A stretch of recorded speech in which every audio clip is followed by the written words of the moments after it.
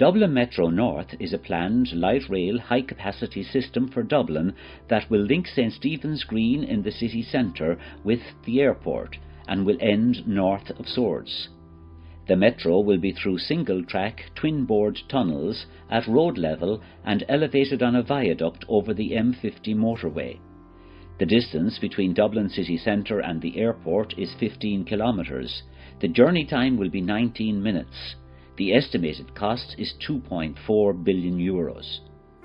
This short film shows typical construction methods that were used to construct similar light rail systems. It is useful to see 3D visualizations and animations so the site team, emergency services, stakeholders and the public can get an understanding of the construction process and timeline.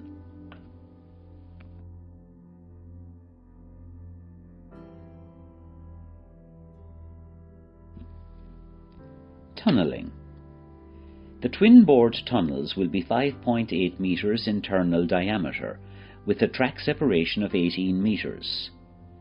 A tunnel boring machine, also known as a TBM, is used to excavate and place the concrete precast curved tunnel wall segments that form tunnel rings. The tunnel boring machine pushes itself forward by jacking off the placed wall segments as the head rotates and digs the tunnel. The tunnel boring machine is delivered in sections and is lowered into the underground launch station or shaft from where the tunnelling starts. The tunnel precast concrete segments are delivered by road and lowered into the underground station and carted through the tunnel under construction to the back of the tunnel boring machine. The excavated material is transported by conveyor belt from the tunnel boring machine to an underground station or shaft, from where it is lifted to ground level and loaded onto trucks for disposal off-site. Twin-board tunnels with cross passages for emergency evacuation is the design. Tunnels will be in rock to avoid ground loss and settlement under building foundations and roads. TBM progress will be staggered in the leading and trailing tunnels. The TBM will walk through stations that are excavated in advance.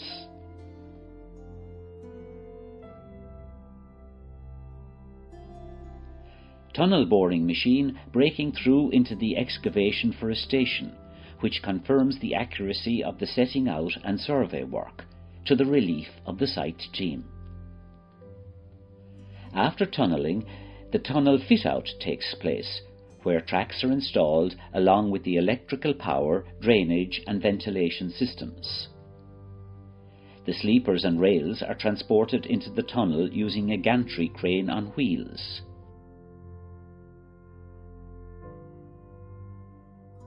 A concrete train that batches and pumps concrete places concrete under the sleepers to form the floor slab. A drilling machine that runs on the installed tracks drills the tunnel wall for brackets that will support the services.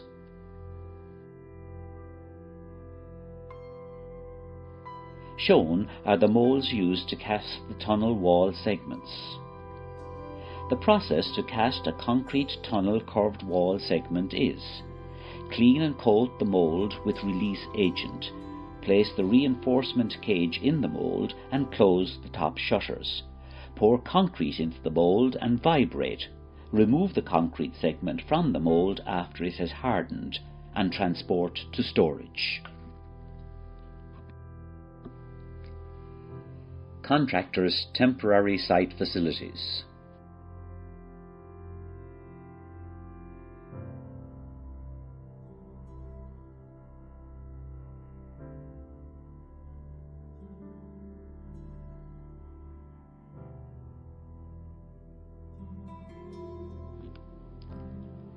Reinforcement cutting and bending operation. Cutting and bending is carried out on three-phase electrically driven machines operated manually. The bars to be cut are placed on benches where they are marked and fed manually into the shearing machine. Bars to be bent are hand-bent using a bar bending machine with formers. Following cutting and bending, bars of similar size and shape are grouped and tied together with an identification tag. Quarry. Rock is extracted by drilling and blasting. Blasting is used to loosen and fragment the rock so the rock fits into the jaws of the primary crusher at the crushing and screening plant yard.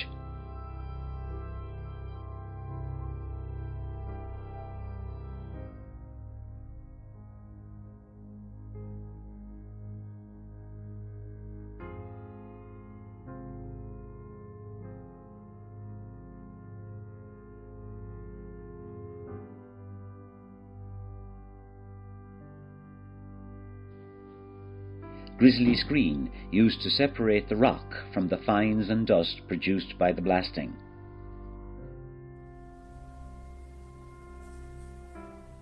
Using a series of crushers and screens connected by conveyor belts, different size ranges of aggregates are produced and then transported to the concrete batching yard.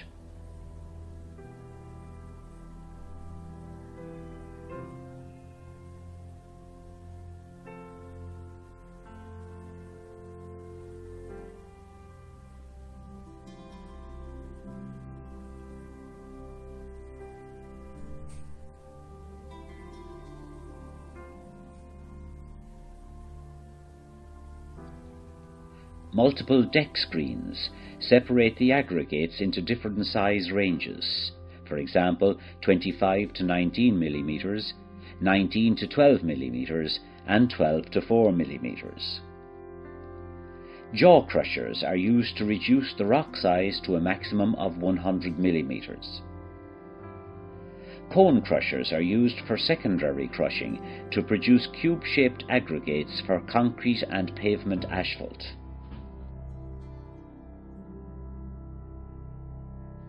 This chart shows details and outputs of quarry crushers and grizzly screens. The production equipment shown has an output of 130 cubic meters per hour.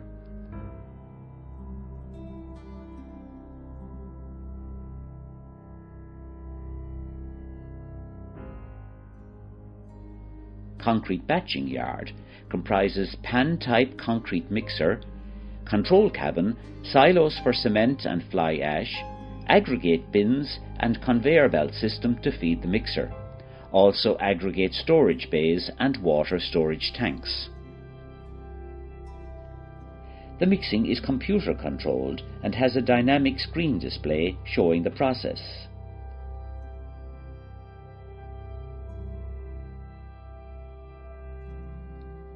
Wheel loaders fill the inline aggregate bins. The aggregates drop onto a weighing conveyor belt that transports the aggregates to a skip. The skip travels up an elevator and discharges into the mixer along with water and cement.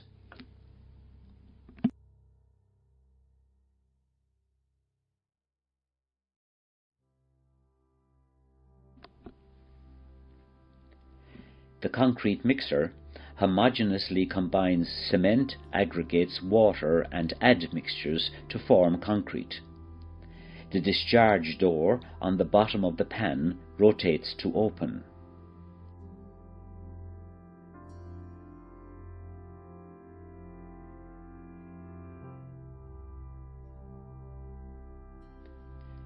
In hot climates, flake ice is used to cool the concrete mix.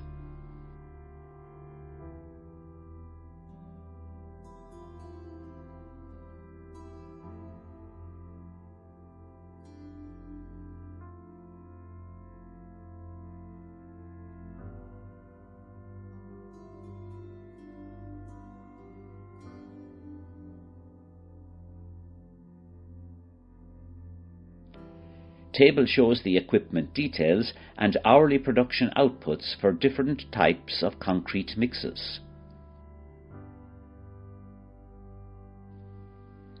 Laboratory for testing the aggregates and concrete for compliance with the specification.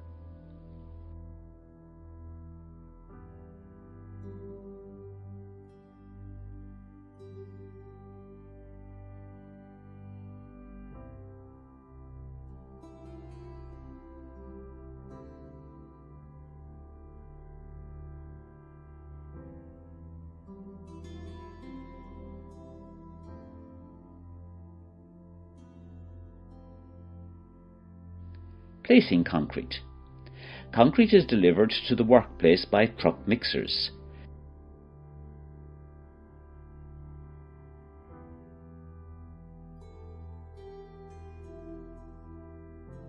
Concrete pumps are used to place the concrete, and the concrete is compacted using internal vibrating pokers.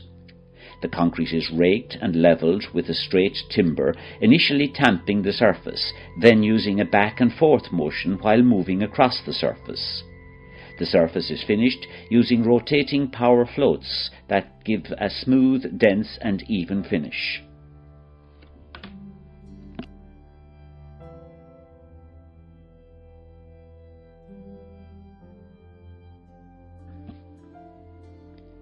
Underground stations. Construction method for underground metro stations with diaphragm walls.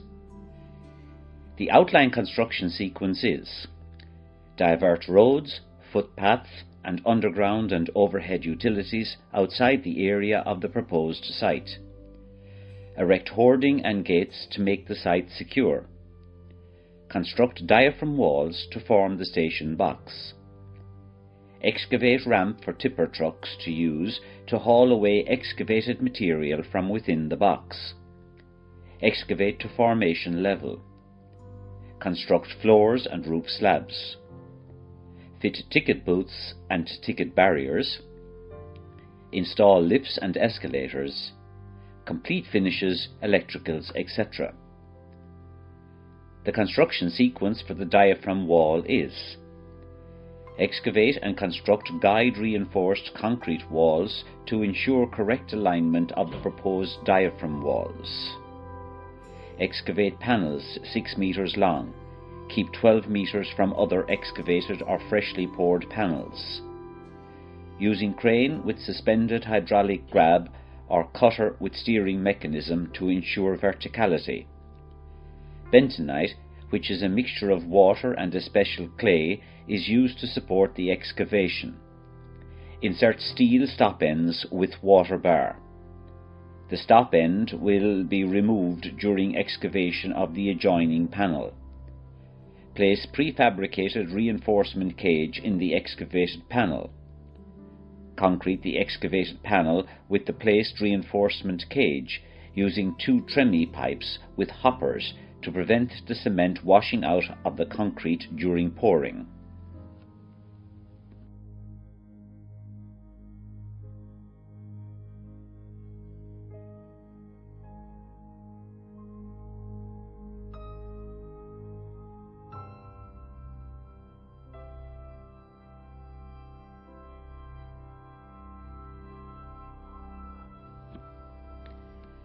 Ground conditions. Subsurface geology along the tunnel routes. Shown is a 3D model of the bedrock surface under Dublin City. The limestone bedrock is between 5 and 25 metres below ground level. The overlying deposits are generally boulder clay with thin layers of sand and gravel. The water table is between 2 and 4 metres below ground level. The bedrock geology map of Ireland gives the rock as limestone and mudstone along the tunnel route. Following are examples of exposed rock showing the layer structure.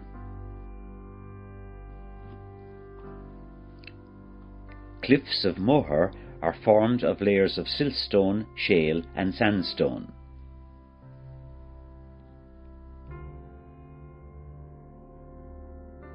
Dún Quinn Pier lies at the western tip of the Dingle Peninsula.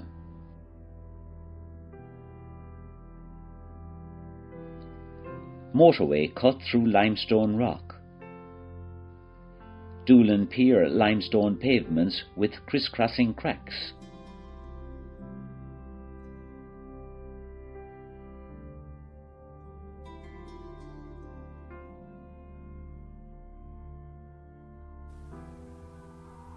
Skellig Michael's sandstone rock is greatly weathered.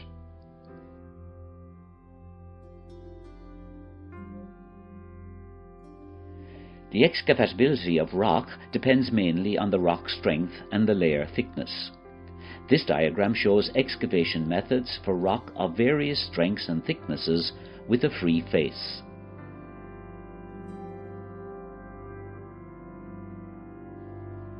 The sequence to construct an underground station 24 metres deep where the bedrock is 10 metres below ground level. Construct diaphragm walls down to bedrock. Excavate and cart away the clay. Install temporary struts. Excavate rock to final level and cart away. Install rock anchors and grout the vertical face of rock excavation if necessary. Tunnel in and out of the excavation. Construct station box. Remove temporary struts and backfill between station box and diaphragm walls.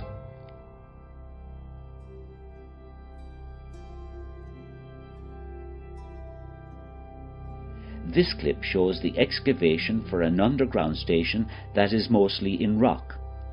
A secant pile wall with ground anchors holds back the clay over the rock.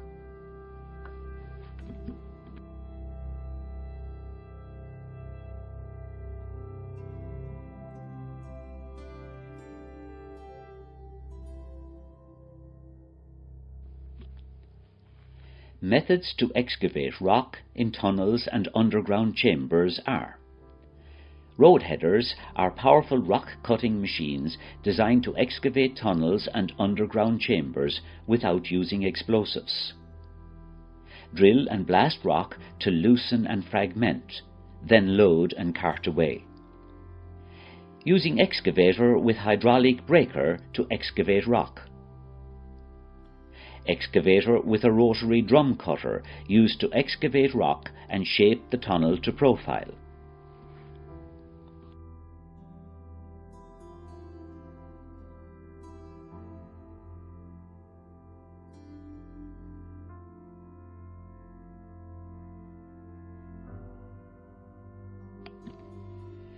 The rock shield is a mobile elevating work platform with a canopy incorporating a shock absorption system that is designed to protect the worker from the impact of a rockfall when removing loose rock from the tunnel roof.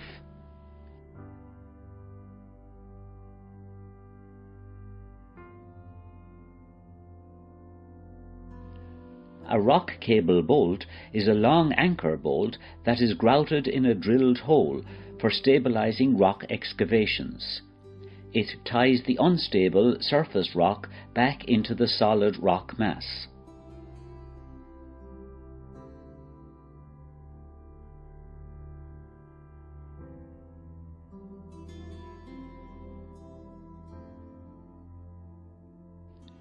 Sprayed concrete lining involves spraying the excavated ground with concrete to stabilize the surface and form the permanent tunnel lining. Is used for the station platform tunnels and cross passages.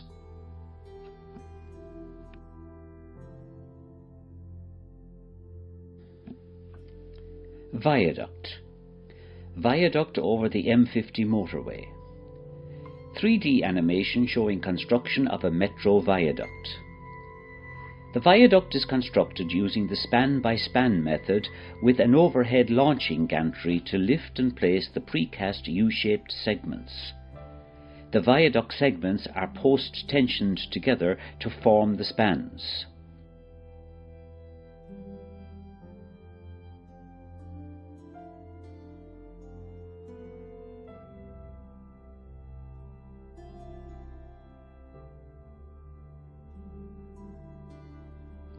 The concrete segments are manufactured using the short line match casting methods. Where sequential segments are poured against the previous cast segment, this ensures that the segments will fit perfectly on site. Photographs showing a precast yard for the manufacture of viaduct segments.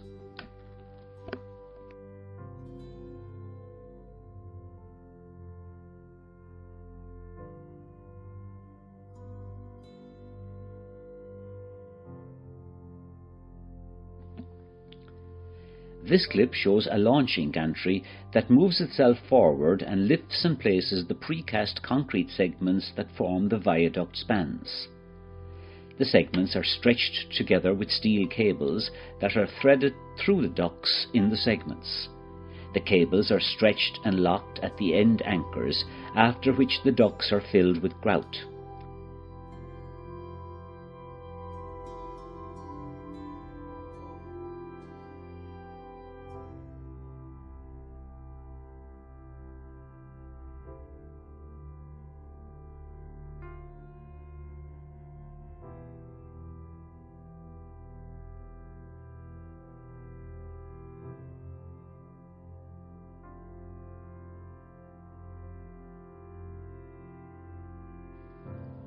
Straddle carriers used to move and lift precast deck.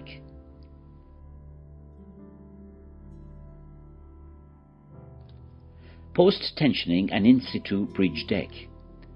Ducts and the bearing plate trumpets, also known as anchor cones, are fixed in place prior to concreting the bridge deck.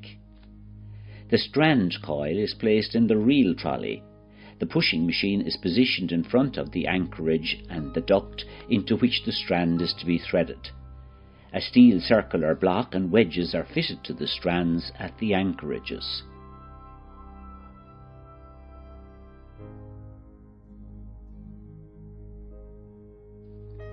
The stressing starts after the concrete reaches its design compressive strength. 2 multi-strand stressing jacks with a capacity of 600 tons pulling force and hydraulic pumps with pressure gauges are used. The tensioning requires the simultaneous reading of pressure and cable elongation and checking the comparison between these values and the theoretical ones. After stressing, the ducts are grouted. Shown is the construction sequence with a timeline and photographs of the activities for a 3-span bridge with an in-situ concrete post-tensioned deck where the ground around the abutments had to be surcharged.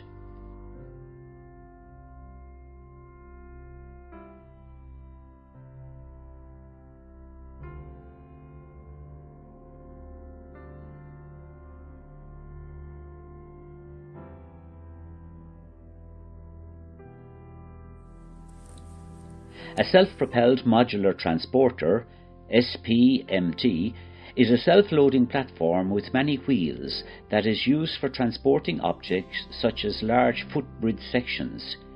Each wheel can swivel independently from the others to allow it to turn, move sideways or spin in place.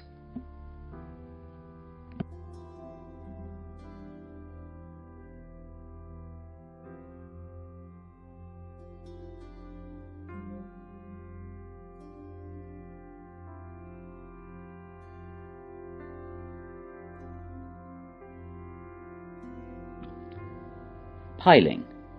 Piles are used to transfer the load of a heavy structure, such as piers to a viaduct, deep into the ground.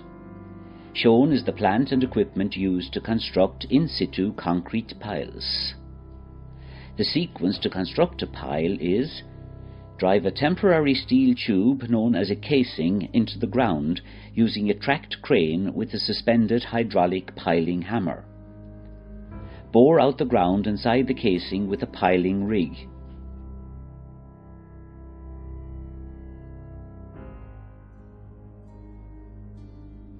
Place a prefabricated reinforcement cage into the bored hole. Pour concrete into the bored hole using a concrete pump with a tremie pipe suspended from a crane. Extract the temporary casing. Load test a pile.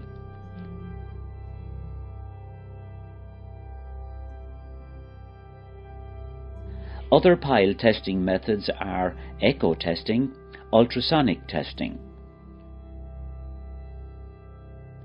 A hydraulic pile breaker suspended from an excavator is used to break away the concrete and leave the reinforcement exposed at the top of the pile.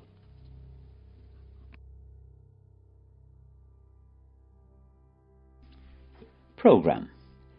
Shown is an example of a visualization of a construction program for the tunnelling, underground stations and the cut and cover sections of the metro.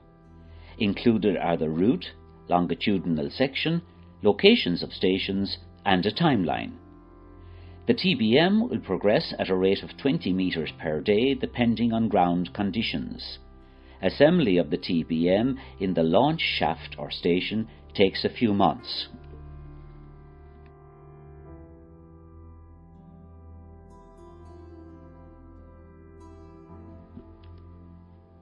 Road construction. Roads in the vicinity of stations and where the metro will be at ground level will have to be diverted and reconstructed. 3D animation showing the construction sequence, methods and plant to construct a road.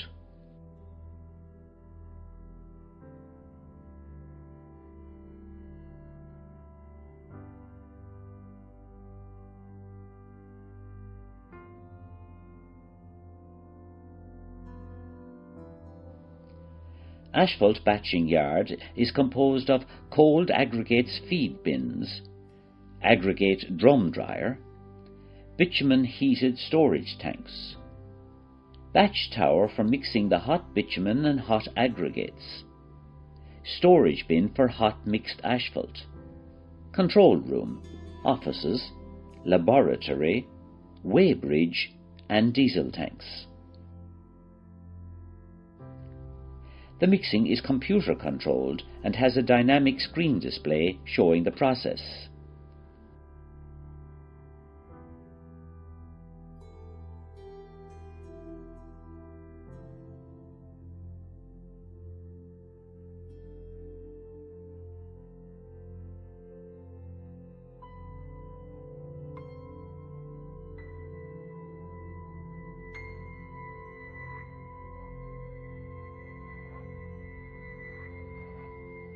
Aggregates are placed in individual cold feed bins. Aggregates are fed onto the conveyor belt under the bins and are transported to the drum dryer.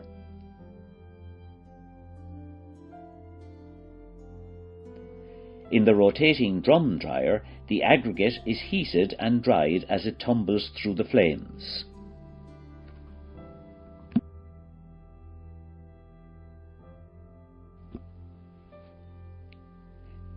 The hot aggregate is transported to the top of the plant mixing tower by a bucket elevator. Upon discharge from the elevator, the hot aggregate passes through a set of vibrating screens into one of the hot storage bins.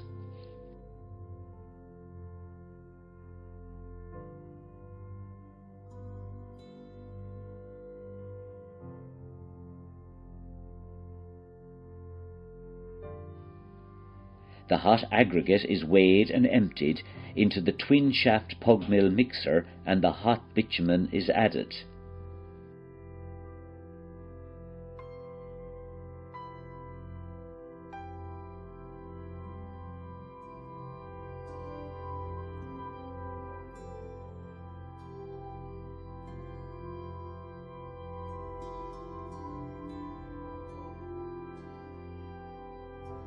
Asphalt laydown and compaction operation.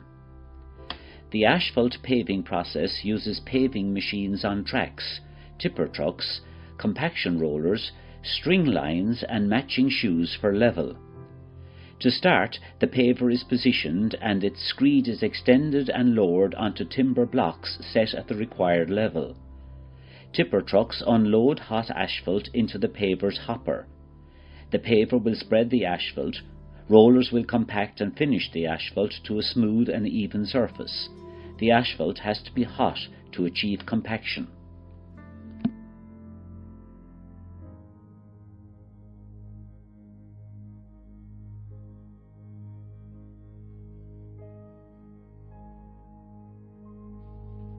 Field testing for level, smoothness, texture and skid resistance.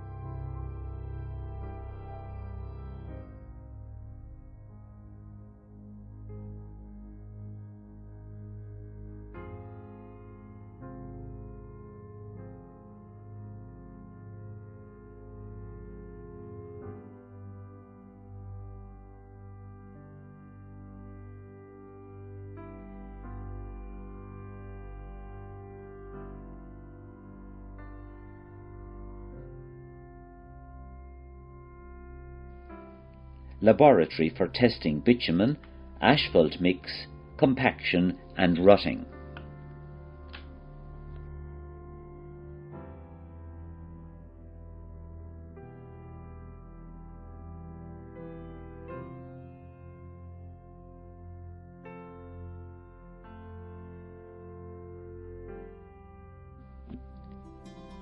Traffic management will be necessary to divert vehicular and pedestrian traffic away from the works. The associated inconveniences and disruptions with the project will be kept to a minimum, and the stakeholders and public will be kept informed of developments.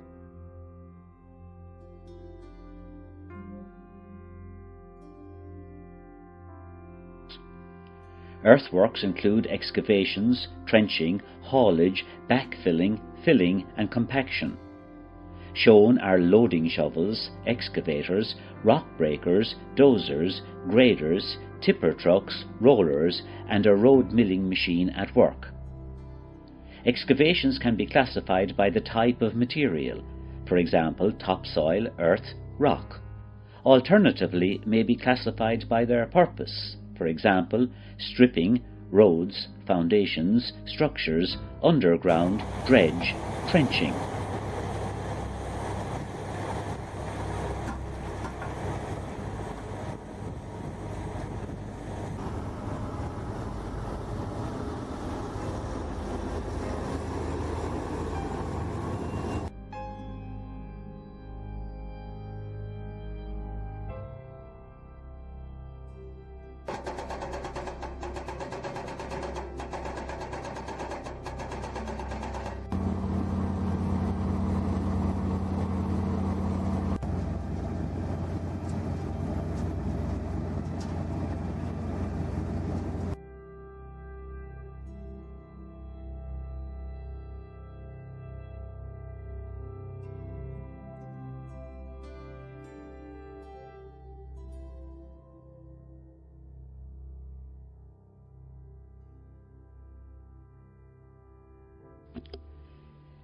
Metro North is a major project that will provide Dublin with an integrated public mass transit network.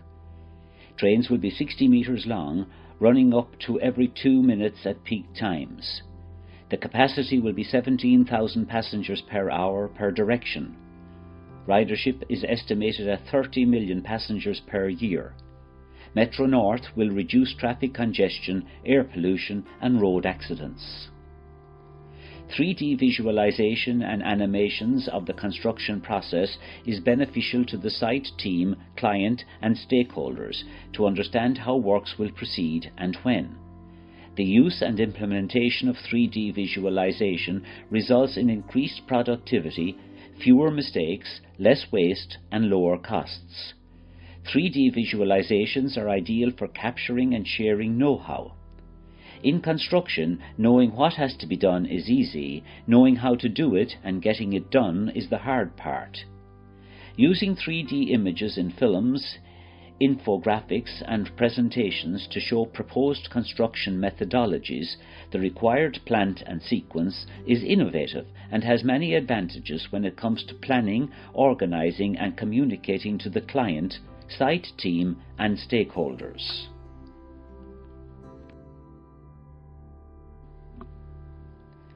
Regarding health, safety and environmental issues, all risks will be assessed and control measures will be implemented to eliminate or minimise the potential likelihood of personal injury, damage to buildings, damage to the environment and traffic accidents.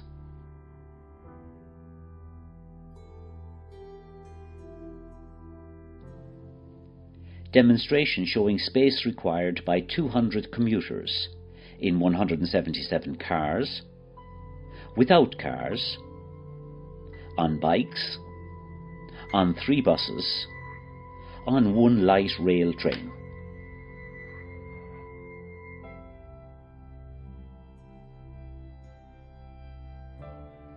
Shown is the route of Metro North and the locations of stations between St. Stephen's Green and the airport.